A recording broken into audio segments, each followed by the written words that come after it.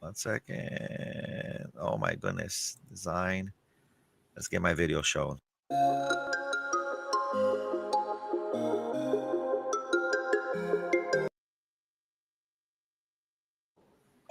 And we are live here with our good friends in the comic industry, with our co-host, Mr. Ben Blankenship, BL Blankenship, and we have our new guest, Mr. Doug TenNapel, and our pre-guest, our good friend, and our good. I'm a fan of his, Mr. Al Nickerson. He's back and better than ever. That's what it is. Back and better than ever, and we want to show. We want to show a clip of his. If you don't mind, everybody, let me share this clip of his. And I think we're all going to like this clip of his. Here we go. All right, let's try to share this clip just as an opener. I apologize. We're not here to promote YouTube, but here we go. Let's watch this thing. 1 second. Apologize. No sound. 1 moment. I was hearing some. Oh, you were? Okay. I heard a little bit of sound. It was coming in faintly. Okay, let me just redo it. I apologize. It's building. Let's just redo it, guys. Here we go. Here we go. There we go. Let's make it louder. There we go.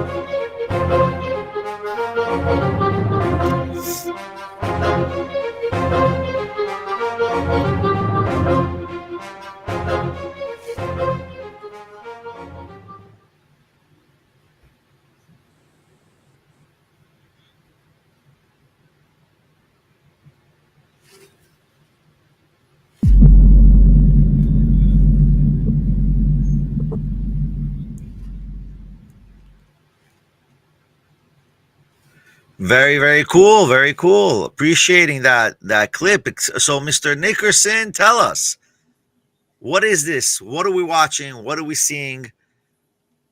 What's the new series that's coming out? Well, first of all, did that video look choppy to you, or was it? It didn't look choppy on my end. Me. No, it looked. Oh, no, it didn't. All right, fine. No, so yeah, it was good. It was good.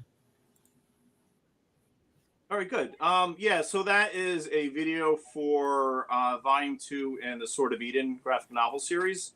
So that is the Sword of Eden Shinobi, where our heroes travel to Japan to fight the Scarred Fist Ninja Clan. So that came out last May. So I'm working on Volume 3 now. Yeah, so it's a lot of fun. Awesome. Mr. Our new guest here, Mr. Doug TenNapel. How are you, sir? Talk to us. Teach us your glory and your success so we can learn from it. I'm so old. I have all the experience in the world. Doug has put out, man, a bunch of comics. I think my first introduction to anything that he had ever put out, I don't know if it was Earthworm Jim or if it was Neverhood, but I loved both of those. Neverhood was a claymation game, and he's had Armacrog come out, Skull Monkeys, all kinds of stuff. I mean, they were just happening. He's put out several comics with Image as well. I saw something that you are involved in, like a Bone tribute book by Scholastic. Your name's in it. I think so. I think I did a piece of art for it back in the day. Yeah, I've been in everything. I do pinup art for those guys. So Bone, I'm sure I did a pinup in that one. Yeah, it's just I've done in comics. You just spray out pages in art all day. I'm sure Al can relate to that too. I actually like the style of that book. That's the first I saw the art from it. I'm a huge Scud fan. Oh, thank you. I was hanging out with the Scud guys back in the mid '90s when they first started that series, and so I like the white art. Oh yeah.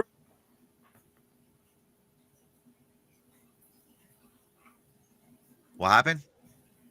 Well, I was just telling Al that I like the black and white art. I like the style of it. So, no, yeah, thank you. Well, Yeah, I mean, I loved a lot when I started college. I really started getting to a lot of the black and white artwork, Cerebus and Nexus when it was black and white. And I remember Scud. Scud was a lot of fun. Scud was huge. I like Cerebus a lot too. That's the phone books. I used to collect those too. So I'm a big black and white, influenced by the 80s.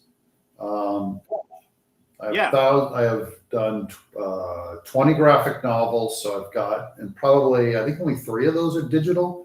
So most of them are, I have inked pages here that I'm giving them away. I don't know if you can see in the background there, but I've got stacks of them back there. All my original pages. I'm doing a giant art show in Moscow, Idaho, coming up this winter, February, March, April in there. And on the last day of the show, so I'll be showing, I'm guessing about 6,000 pages of my artwork. We're just going to be putting them on the wall in a pretty amazing way. And on the last day of the show, anyone who shows up gets a free original page of their choice. It's going to have Creature Tech, Newts, Iron West, Earthboy Jacobus, Gear. Basically everything I've done is going to be in that show, and I'm giving it away to everyone. Wow. So, and the work is it's my best work I've ever done in my life. So awesome. I'm very proud of that. I just realized I'm not going to be able to sell it. It'd be impossible to sell like 8,000 pieces of art without driving the cost down to zero anyways. So I might as well.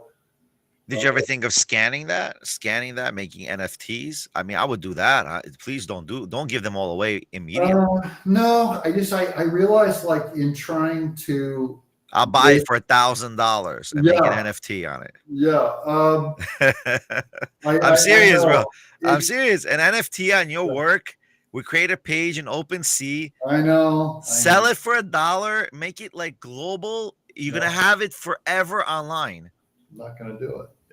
Well, how about this? The people that take them home will have to be able to do that. They won't be able to do it. They won't be. Not everybody's tech savvy like that. I just feel like the art exists for the story, and it'd be one thing if my work demanded the price on the open market, but the open market is manipulated and dead and stupid. I've been all around Comic-Con. I love original art. I've bought my own, original art of my own that I collect and love, but it's just a different business than I want to get into. So to make that $1,000, I'd have to put my time into being a guy that nails his original art to people. And I just want to draw, And if I'm not drawing, I'm going to do political videos on my YouTube. I'll buy for $5,000, the whole 6,000. That's very nice of you.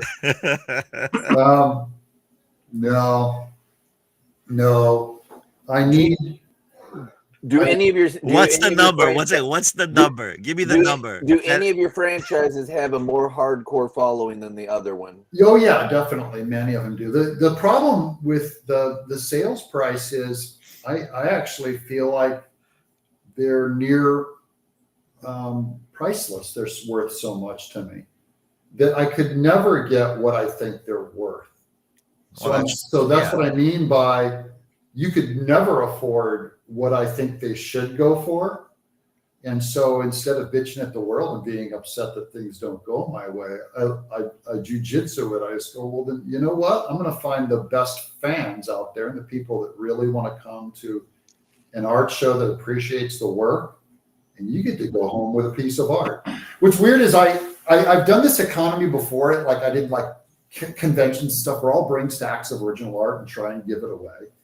It cracks me up because the best artwork in the world, it's not fair, but I could not give, and some of these pages are like as good as like a Bill Watterson, which you just don't hear me throw that word around very often, but as good as a Calvin and Hobbes page. And I would have guys that were dressed like Boba Fett look at this artwork and just go, I don't want to carry it around the convention.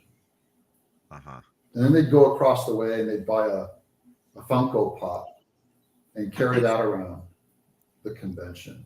So a worthless piece of art, and they walk past one that has worth and value. And an original, yeah. Yeah, they're supposed to be comic fans, and they're just not. I've always had a problem kind of with the fandom is not, they can't help it that they're not educated. I used to go to San Diego Comic-Con and buy original pages from Filipino artists that were mimicking Bernie Wrightson. They were doing like EC type horror comics. They were as good as Bernie Wrightson, and they were selling the pages for $5 a piece. Man. And they had stacks of them, and they couldn't get rid of them. I'd go with $15 and just buy 3 every year. And I mean, they were as good as Bernie Wrightson inks, just amazing. And you just go, you see some suck artist that's just doing kind of, punk graffiti or whatever, and it's going for $5,000. And I just go, I'm not here to make things fair. I'm kind of done. The comic market, I think, is absolutely absurd. Truly ignorant. Terrible. It's a terrible economy. And now, what's going to be great about it is these days, the economy and the market is so destroyed. You actually have to love comics to make them. And I think that's kind of where it all started, is loving cartooning.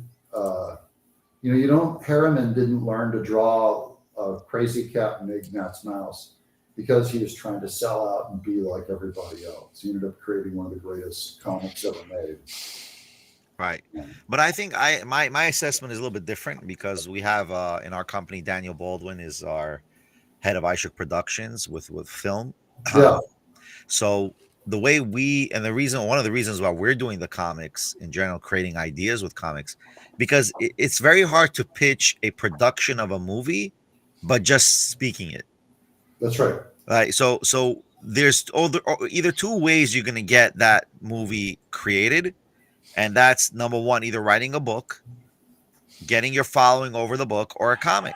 Right. So it's not necessarily you're putting the comic and you're not going to make this huge amount of sales in the comic. The idea is that if that comic is good enough, it can become a movie. Especially Netflix, Amazon, they're going crazy with anime and comic production, with animation and all that stuff. By the way, we're welcoming Mike Barron. Mr. Barron, thank you for joining us again, my friend.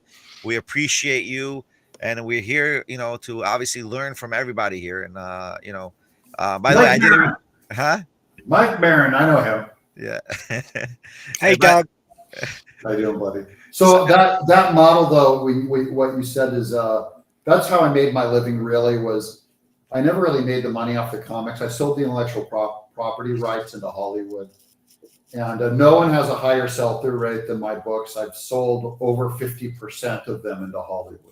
Wow. So Creature Tech, $250,000. Tommy Source Rex, $1 million. Gear became Cat Scratch. I sold Monster Zoo to Sam Raimi. I sold Ghostopolis to Disney. So I've sold just tons of my books into Hollywood. They never got Who has Neverhood and Earthworm Jim?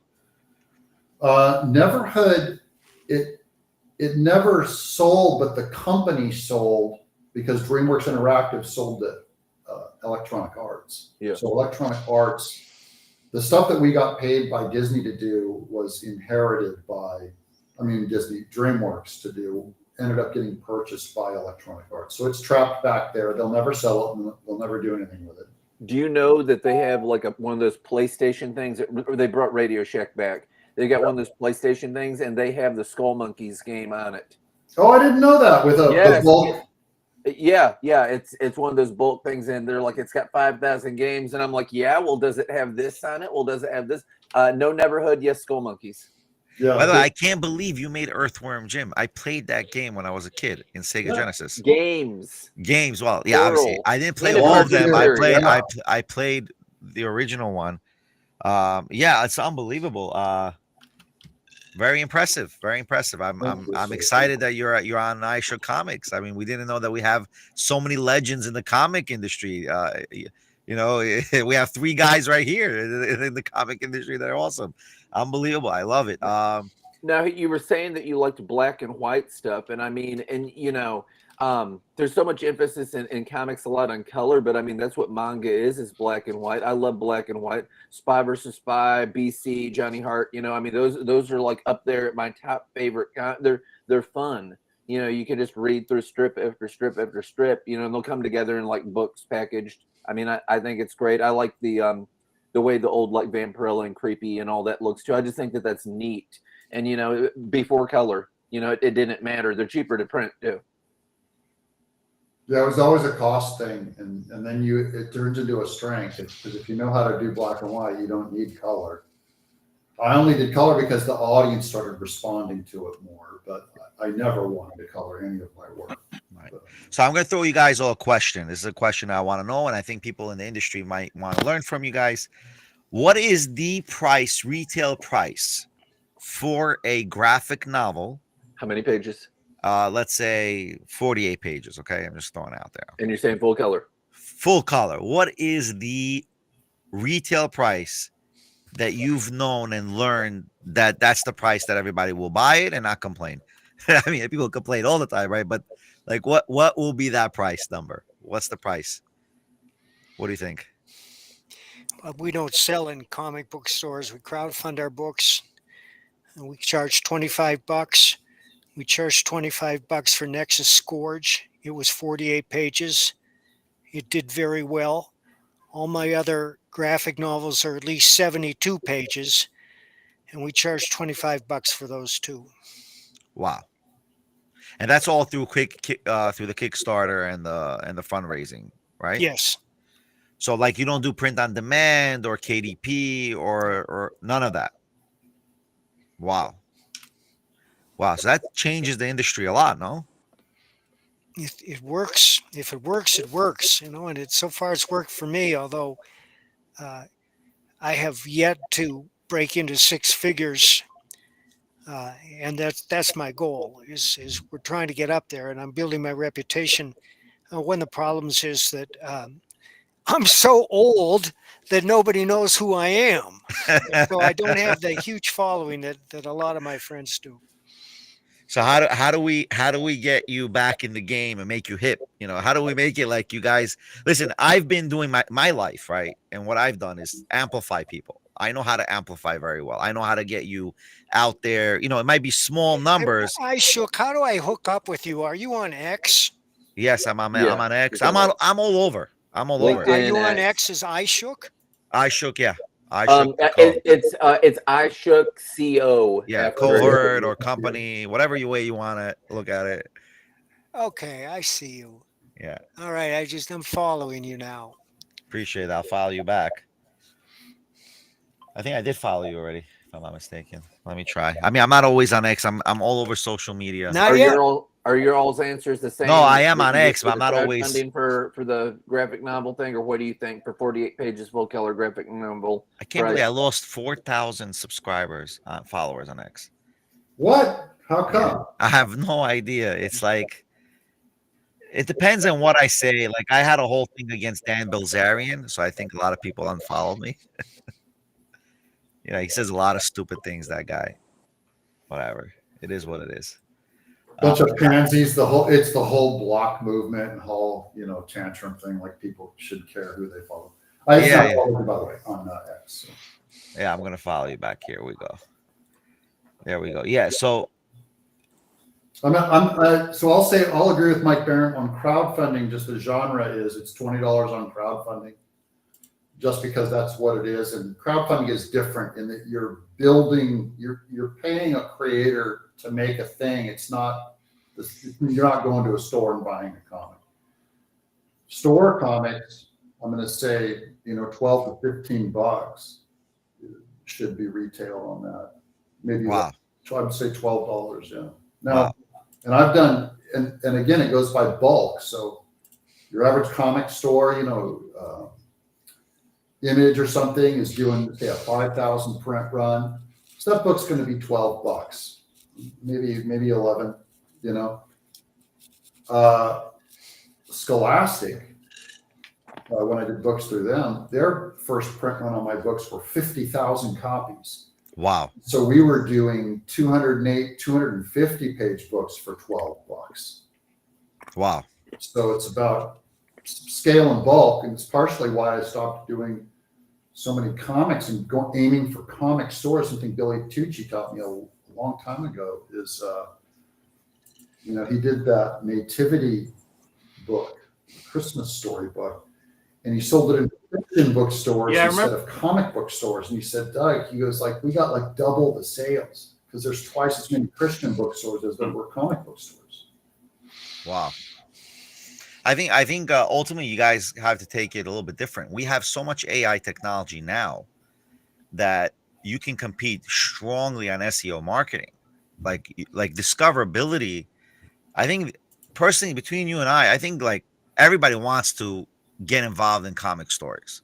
Like my opinion, like people love look at the Marvel, look at the movies that are coming out, how much they're getting behind it. Even though now there's a lot of, and you also see there's a lot of drop sale because they're screwing up the whole storyline, right? So there's a drop sale, drop viewership. So you see there the following is strong, and if we give them back potentially good product out there, then I think it'll be a lot more successful. Now, the other thing I have an idea is, and you tell me guys if you think about it in your expertise. So we have our comic called Super Black, right? We're promoting Super Black. It's a good comic, but I don't want it just to be a Super Black comic. I want it to be a cross what is it called? Multi-platformed. Multi-platform, but across, like we're going into other comics as well, and we get other comics characters to come on ours. So we do like a cross universe kind of thing. You know what I mean? Do a cross universe kind of thing. So that's the way I think is the reality of how we should get comics to work. And I did this many years ago. We call it collaborative social media. So if we do collaborative comic books, you're gonna have collaborative IPs working with each other, and I'm sure we could make enough deals happening to make money. I mean, obviously, money is important because I said to one of my friends, because I run a congregation, so I said to my congregation, I'm like, money makes everything happen, but money isn't everything. So it's there and it's not there. It's needed, but it's not needed. So that's what I feel is that we can do. So what do you think about that idea, which is cross? Because we're not going to get Disney and their IPs to work with us. It's going to cost us crazy amount of money. But if we get enough people to work with us and kind of do a cross collab and cross universe kind of thing, I think we can make a lot of success stories on that way. I mean, that's just an idea that just came up by talking to you guys. Well, I want to point out a couple of things because Doug was talking about Scholastic, and they have a great distribution system. The comic book direct market is not doing so well right now, but Scholastic is great. Their distribution system is great. They're selling their books, and that's fantastic. When you're talking about intercompany crossovers and working together, are you talking about like different creators and different ownership of IPs? No, like for example, I'm talking about like this. Let's say we have a Super Black comic, okay? So Super Black comic, let's say, has now 100,000 followers, okay? And then another comic has 10,000 followers, right? They do this in the podcasting industry, by the way. When a person is a podcaster, he will get another podcaster to gain their viewership as well. So what you're doing is you have 100,000. You have this comic that you have 100,000 followers. You say, okay, listen, get your character to guest star in our comic, and then you have this, and then you have a crossover, which now you have a double way of marketing, and you're able to overcome the social media noise, and now people can discover your stories. I think that's an idea that we really have to think. We have to think about it as like a TV show and a movie.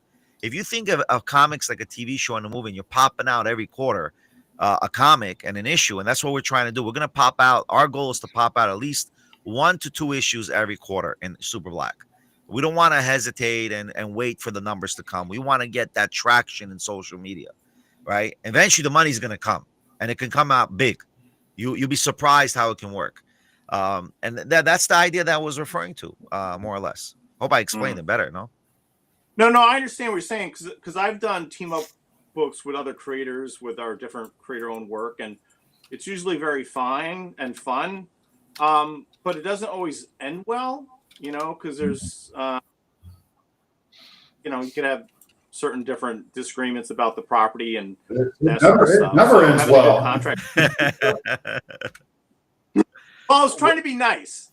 So, yeah, I mean, I've worked with other creators, and it's usually a lot of fun, but like Doug was saying and what I was saying, it doesn't always end well. So some years ago, I was working with somebody, Brandon Carr. He had a web comic called The Kenmore, and we did a crossover together, and we had a nice, simple contract. And it just said he owned his stuff, I owned my stuff, and we both could print this crossover whenever we wanted without the other person's permission, and no money is necessarily have to change hands.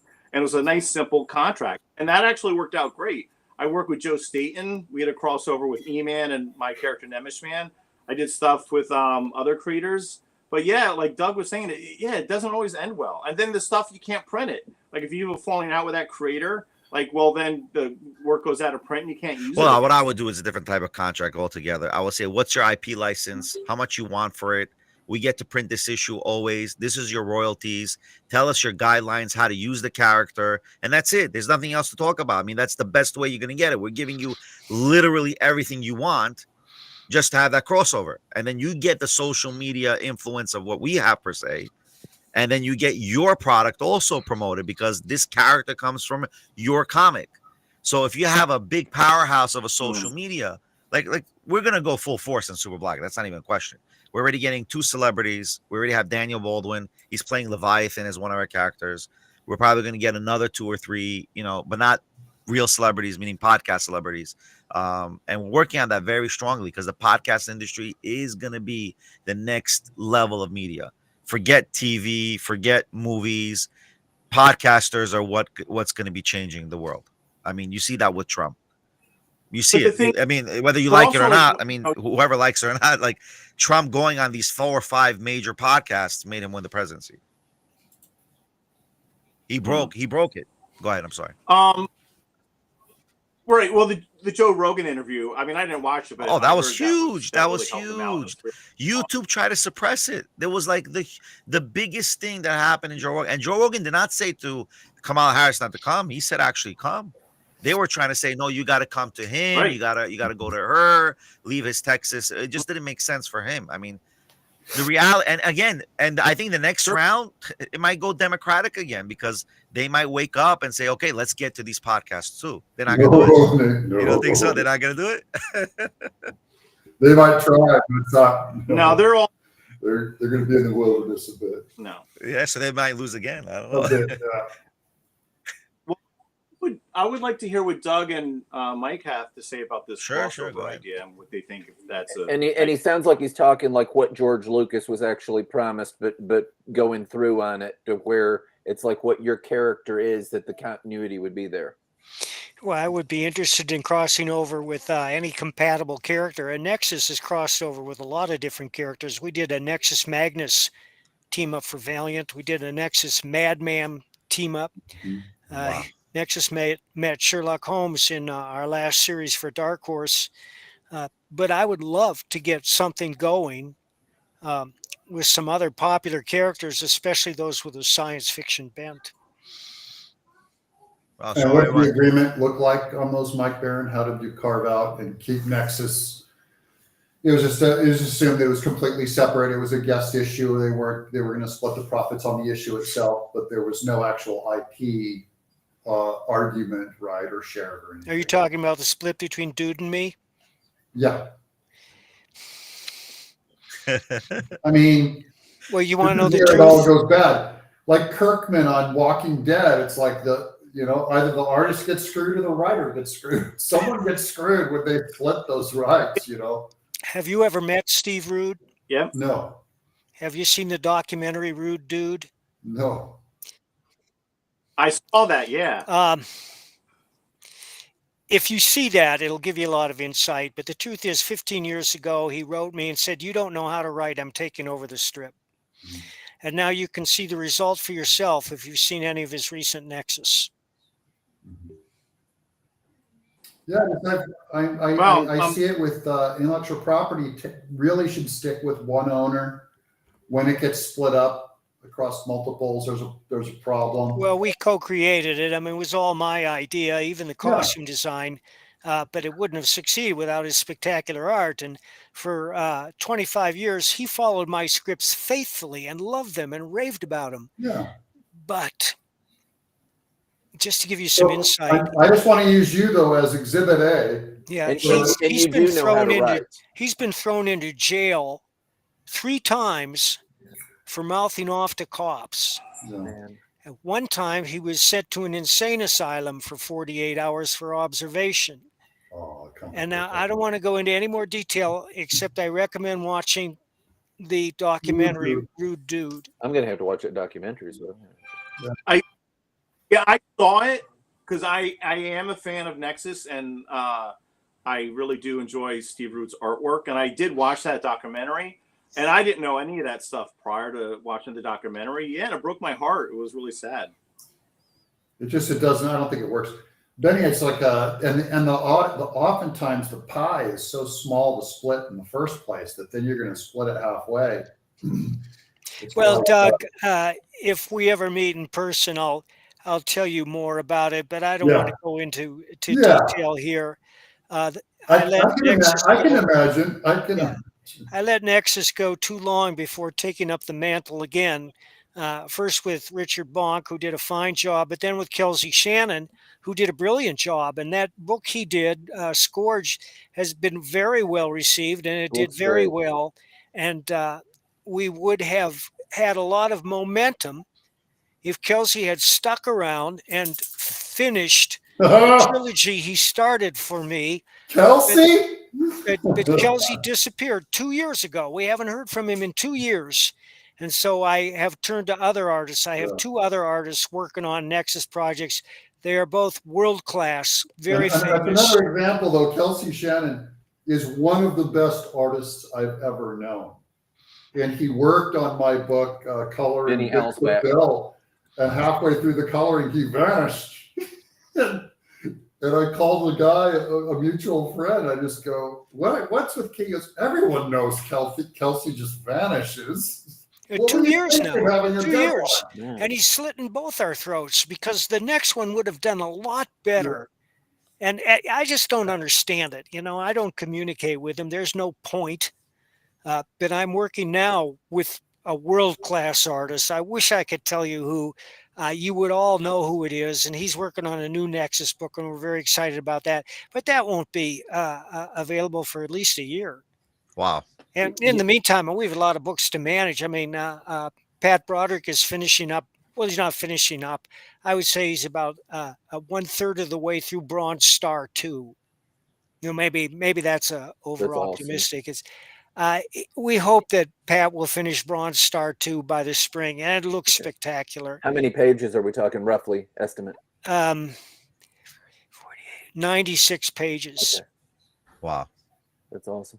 So what do you all think of anthologies? Because I mean, I know like Boom does it with like Hello Darkness. I don't know if all anthologies are like horror or whatnot. I know that when I've written like literature, I put out several anthologies. It's almost like a good advertisement. It doesn't take a lot just to write, you know, a short story or whatever. You do it in like a week.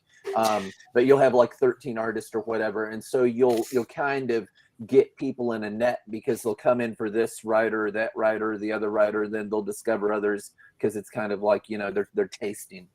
Well, I'm happy to accept an assignment. I'm not going to launch my own though. Oh yeah. Yeah, it's a lot of work because I've worked with several different publishers, like on 3 or 4 different anthologies, and it's a lot of fun. But do they even sell very well? That's what I wondered in comics, because they do in literature.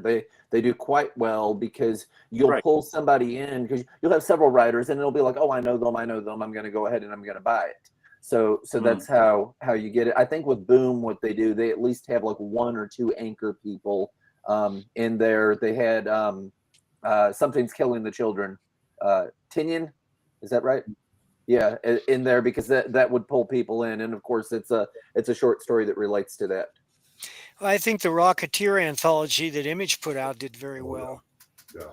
Because that's an iconic character. Yeah. If you get an iconic character, it's going to draw people in. Yeah, Batman Black and White.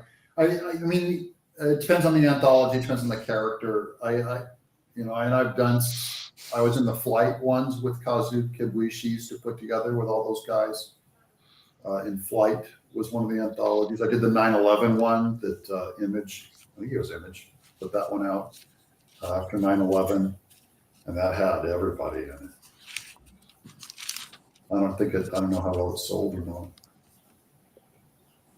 I just think, the comics market is so small. It's very hard to stick out that I think you want to create a very iconic character create one iconic book. You know, you're trying to make a Hellboy, or you're trying to make, you know, Madman or Nexus, you know, something that in and of itself markets itself. And if the story and art's good, then that's your best shot that you have. And it just always amazed me how that audience, the comic reading audience, I just think it's gone, and it's not. I don't think it's coming back in bulk. The bulk.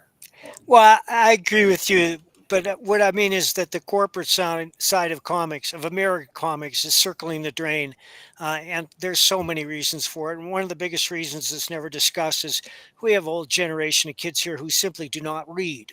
They were raised on video games, and frankly, I can't argue with them because your average video game what is or used to be a lot more entertaining than your average $5 corporate comic. And then Interesting you're saying that, by the way. I don't know if you played any games like what was the most famous one? Not Ragnarok. No. What was it called again? It was Call of Duty, Neely or Grand old? Theft Auto. no, it was the one with the gods. God of War. God of War. Thank you. No, Wow. I've Slipped my never tongue. played a video game in my life, but I've watched Right. my friends play video games. Right. And the reason why I'm mentioning that is these video games offer internal comics to download within their game. Ooh. Yeah, and that's been a trend already for 10 years, I believe, at least. Where PS5 and PS4, you're able, for sure now PS5, like God of War, you can download its own comic. And you have app stores that are also creating comics within the video game. So listen, I think the best, the ability for, and I'll throw it out there for you guys, right? The ability for your IPs to become video games is very easy today because of Roblox. You don't need to be a PS5 game. You can just create a Roblox game of your comic, and you'll have new generation of kids and kind of push them to read these comics. I mean, that's our goal with Superback, is to do a Roblox game, then eventually a PS5 game or PS6 whenever that comes out, right? Like that's our goal. I mean, we're not just looking as the IP as a comic. The comic, it just helps us get our message out there and show people this is our story. You know, this is our vision. You know, it's harder to sell the vision when it's just talk. Yeah, they're great for previs and for ideaing. I just think they, as its own standalone business, that was kind of what bugged me about comics. I kept wanting the comics to be the source of the income and the source of the entertainment.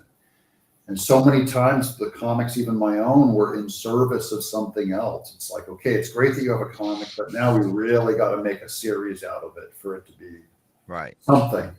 And I go, well, why can't I get, go for the book sales? Because I always wanted it to be more like a Hellboy, or Bone, even where the book sales were primary. And it just, that wasn't my stuff was probably a little too off center for that. Right. You have to get right up the middle to hit that maximum size comic audience to have a shot at it. And my stuff was always more esoteric, more like the black and white 80s Dark Horse stuff is more what I was aiming for. Early image. Not early image, Rob Liefeld image. I really should just stick to Dark Horse and the early 90s indies. Right. I mean, but you realize that the Statista report shows here in 2022, comics has risen to $2.1 billion sales in the U.S. alone. I know it's a small market, right, compared to other book markets, but that's a big market. It is, and a lot of it's manga. I mean, Japan took they have phone books of just years and years of great. So has any of your, I'm sorry for cutting you off, has any of your products been made into manga, into Japanese, culture? It's weird. I had I've been to Japan 5 times since '98, and I brought my video games over there. And the first thing I did was I was talking to book publishers, and I released a children's book over there. I was going, I've got a ton of comics that we could bring back over here. And the U.S. style never picked up that big in Japan. It went the other way. Japanese comics came over here. Wow. And ours didn't go so big over there. And a lot of it really was that in America anyways, our output just couldn't match their output. So if you create a comic reader, you're creating a voracious, and someone who wants to read the way kids read, like, 9 Harry Potter novels. They don't want to get 48 pages a year, So I did 200 pages a year of wrote and drew for 20 years. And I just started going, I'm tired of trying to sell into the American market, Wow. When really what we watched was a guy with a podcast or a YouTube channel mopped the floor with the business, because in the end, what was being sold was a YouTube channel is a bigger trend than comics. Or what I made on NFTs. I did NFTs, my Doug TenNapel Eternal Clays. I'd make like 700 grand, in a couple months. And for how much more work comic was and how much bigger of a risk it was. And I just go, I'm not going to be able to sell these comics unless I get on a YouTube channel. And that's not honoring what's great about art and story. The real product you have to make is social media reach. And by the way, then you can sell a comic. You can also choose to sell a mascara line, and it'll sell just as well. It has nothing to do with the comic or the mascara. It's right, because now it's the channel. It's your channel that's the power now. That's right. Everything else is and I think so. It's merchandise. It's a happy. What about in France? Because there's these European artists that I talked to. This one Italian guy's working on one of my comics. He does a fantastic job. It looks really pulpy noir. And a lot of them work for like France, Belgium, because in the US and Japan and France, Belgium, that's where you get big comic stuff. What is the market like there?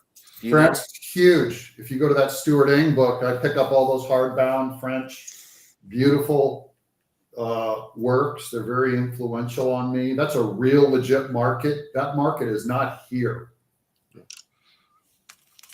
Self-sustaining for the story and art. I mean, there's hits, here. There's always going to be Batman. There's always going to be Hellboy, now.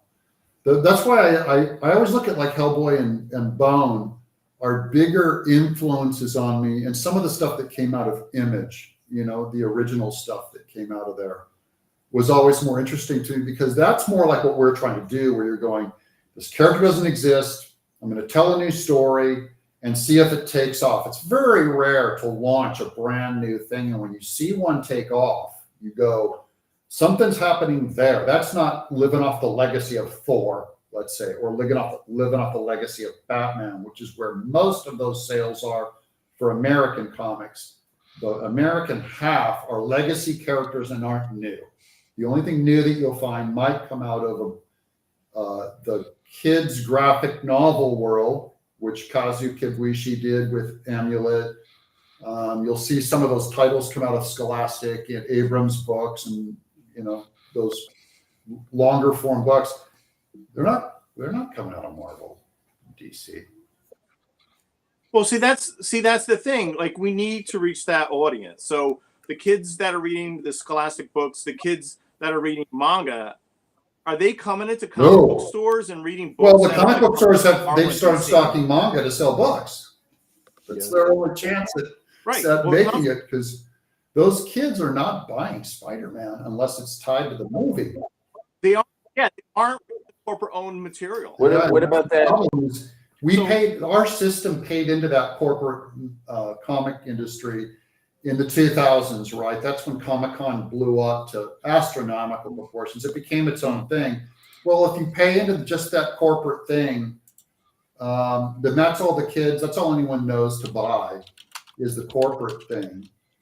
And which is great if you're a corporation, and really bad if you're an indie guy here to tell a story, and you're an indie guy coming up and making it. Now there's still you have to still reach out online through webcomic, podcast, which I think Benny already said, webcast, podcast, NFT, some other form of marketing and delivery that you cannot rely on a comic book store. So Indiegogo, yes. Kickstarter, yes. Like anything else, even Amazon print on demand, anything but just, they don't putting it up on the store. That's 1991, guys. not today. What about Cam in America? Because is that not doing well, like on the crowdfunding, and it's over in Japan now and everything? It's doing, yeah, that's a very good, it's also a very good book, you know. It's a good, and it's very much in the manga style. So it's one for one interchangeable with a manga book. Like you really, if you looked at it, you just go, oh, that's manga. Yeah. Now we go ahead. Well, what I was going to say, like, I agree with what Doug is saying. You got to do all these things. You have to be on Amazon. You got to sell directly to your audience, and working with stores directly, you know, has been very helpful for me. But the direct market, it breaks my heart because these retailers are going out of business. I don't think these distributors care about stores anymore. And these retailers, they have to pivot. They have to not only sell the new comic books, they're selling toys and the Funko Pops and trading cards and all that stuff. So if they have to do that to survive, then that's fine. But they can't rely on Marvel and DC to save their stores, because that's and not they're going not to happen. selling Funko Pops and toys to kids and readers. They're selling them to adult toy collectors. Right. So that's a different market. I think the other mistake that the store, I used to work in a bookstore, but the biggest mistake that bookstores had is they never paid their vendors on time. There was always a 60 to 90 to sometimes even 120-day delay of payment. And right now, even Amazon is doing the 60-day payment on their KDPs right now. I mean, we have books on KDP that it takes 60 days just to give, you know, small chunks of money. I mean, can you imagine if you're making $100,000 sale, $200,000 sale, they're holding it for you for 60 days? Like you need the money now, and they're holding it for 60 days. It's not like it's a startup company. It's a multi-trillion-dollar company that they can't even pay those payouts on time. So I think what's happening, the reason why the bookstores are going down out of business, because they haven't paid on time their vendors, their comic people. I mean, that's my assessment and why they're losing the game. But there is a huge Barnes and Noble's revitalization, if you know. I predicted 10 years ago Barnes and Noble's will close huge amount of stores, close to bankruptcy, and now they just renewed everything, and they're building a 60 new store revitalization, you know, throughout the That's country. good news. Yeah, this new CEO has done something unbelievable. They just may open a new store, Barnes and Noble store in the city, like a brand new, like flagship kind of store. Like you can look at it, just Google that. Like they got 60 stores ready to go in the country this year alone. And that's unbelievable how he was able to revitalize. Because now what they're doing is they're making it more social. Come with the book reading. Let's get the celebrity. You know, if the comic book stores would invite all the illustrators, all the artists, say, listen, let's make this more of an experience. Some do. We wouldn't be where we are today in the Some comic do. industry. I've been They'll at places. I've been at places, and they vary where you're, depending on where you're at. If you're in LA, it's different than if you're in East Tennessee. That's the problem. That's the problem. East Tennessee is a local creator. There are some people that will show up, not like throngs, but there are people that will show up because they want to support a local creator. And then there's other places to where, you know, unless you're Jim Lee or somebody, you're not going to get a crowd. Yeah, but that's the thing. Barnes and Nobles and most of these celebrities from Fox News and all the other celebrities from all over the spectrum, they're doing these book tours, right? And they were doing the readings, and they're actually meeting people. So of course you're gonna pay an extra $20, $30 for a book to just take a selfie with that celebrity or that book writer that you love. Yeah, I don't charge for autographs. And you think they wouldn't do that for comic illustrators and comic creators? Of course they would. What do you think but we're not doing about readers getting everything for free? I mean, I think you should never give anything for free. My opinion. Actually. So when there's a few That's things. my opinion. There's a few things now. When you go to a comic book store, for every comic that DC sells, these are what the comic book store people have told me. Marvel sells one thing. So I went into a shop. I bought 8 comics. They gave me this for free. Marvel does a number of things. They'll put out a free book. Of course, their art looks fantastic and all kinds of stuff. If you're going to pre-order books, because you know they have a ton of variant covers, that's the way they make a bunch of money. They've got like 7 variant covers on something.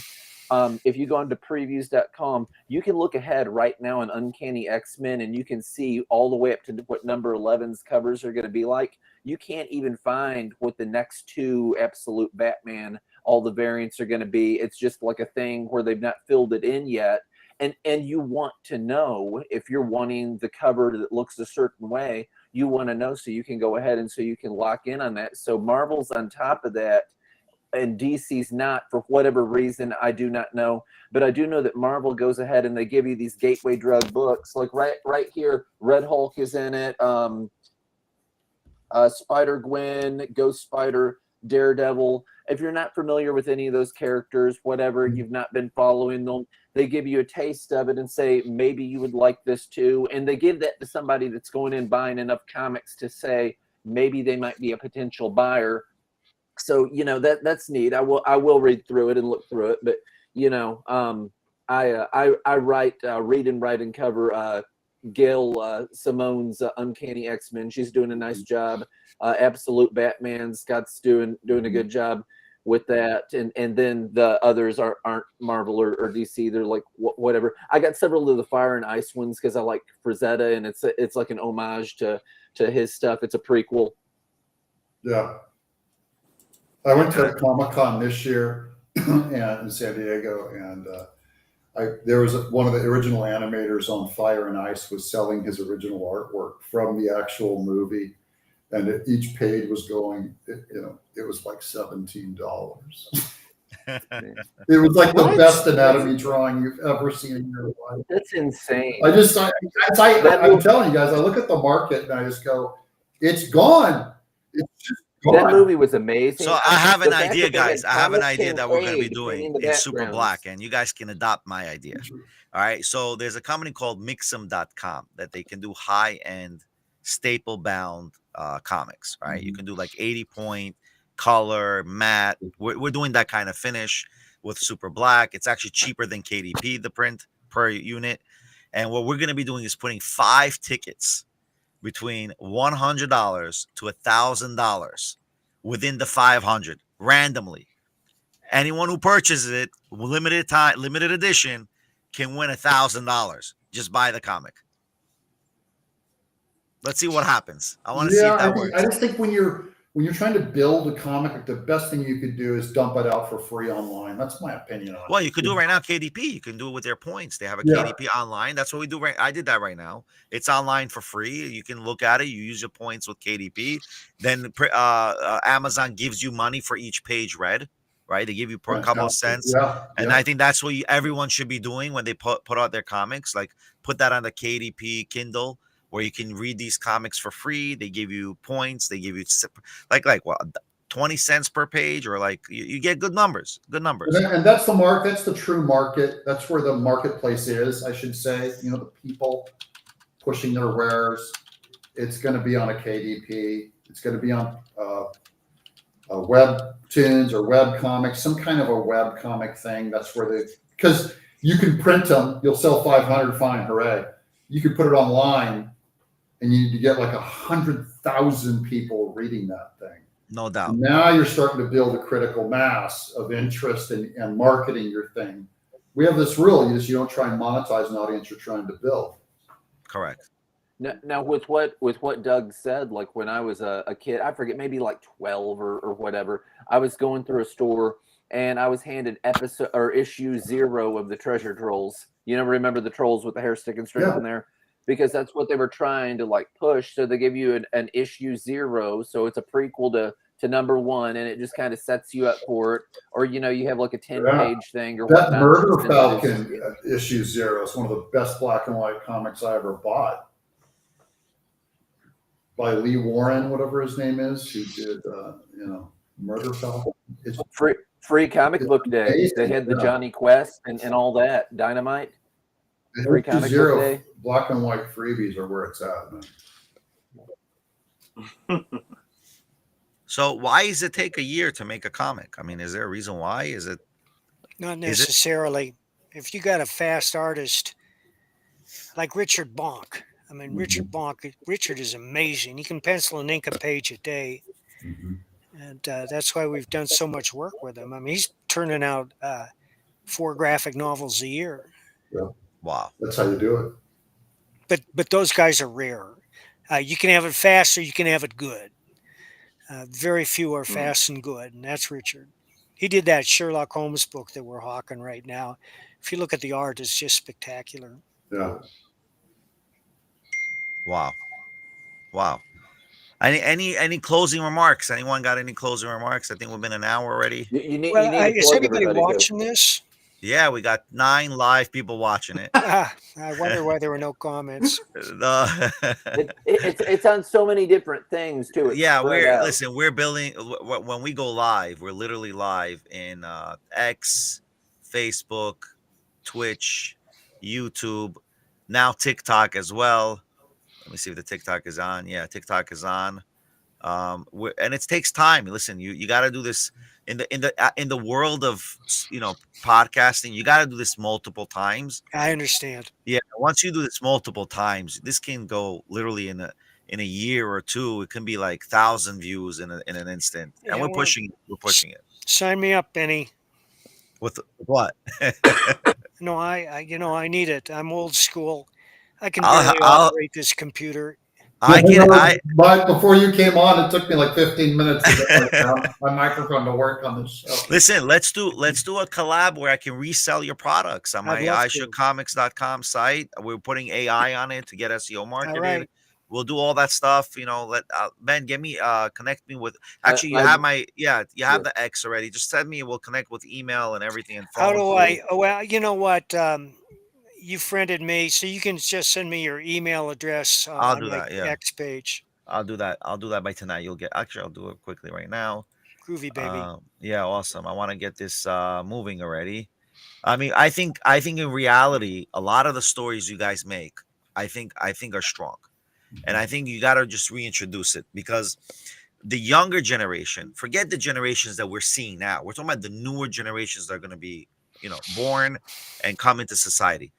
Right now, there's already a huge movement of pulling back usage of cell phones, by the way, amongst many families. There's many studies that proven that it's very dangerous. It's deadly. It's deadly. It was agree. never meant to be like a full product that you digest information. It was always to be an accessory, not the prime of your daily life. Yeah. Right. That's the biggest thing in general. But I think if we get LeVar Burton's message back in the world, reading is fundamental, and that's what Ishook wants to do. I don't know if we can use that trademark, but hopefully we'll try to get that some kind of thing out there that reading is fundamental. And then if we get that to the communities, I think we'll be able to revitalize the comic industry and all books in general, because I think books are not being read by the young youth anymore.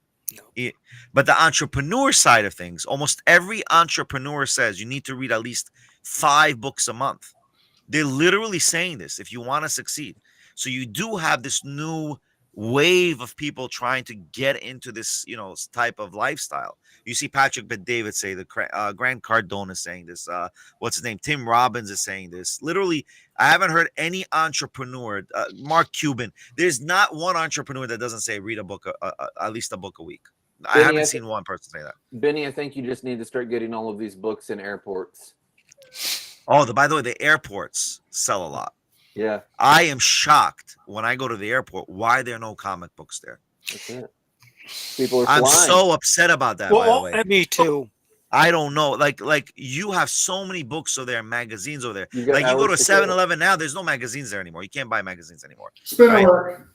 Need the spinner rack. Right. Well, they don't have it. I mean, I go to my 7-Eleven, there's nothing there. You Like I can can't buy supply them with National one. Geographic. They used to have it, but they don't have it anymore. And movie theaters. We need to get books into. Yeah, but they're not They've gonna been do it. talking about that for 30 years. They're not gonna.